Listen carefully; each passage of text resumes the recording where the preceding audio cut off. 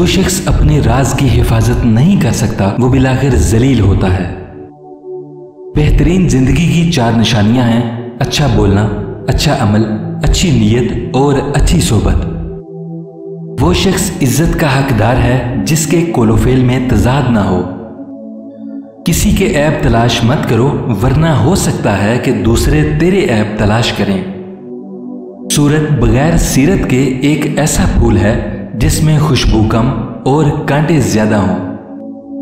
हमेशा बात करने से पहले सोच लो, वरना तुम्हें पछताना पड़ेगा।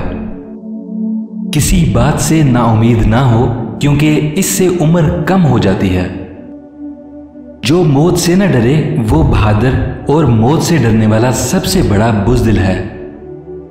सिर्फ बातें नहीं बल्कि खुद बाअमल होना चाहिए, क्योंकि बगैर अमल के दूसरे पर कोई खातिरख्वाह असर नहीं पड़ सकता।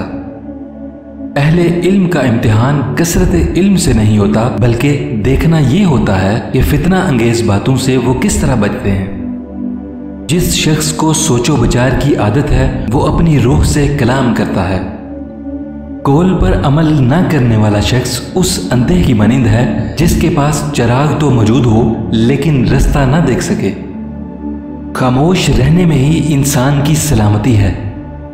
गुस्सा की मकदार बातचीत में इतनी होनी चाहिए जितना आटे में नमक।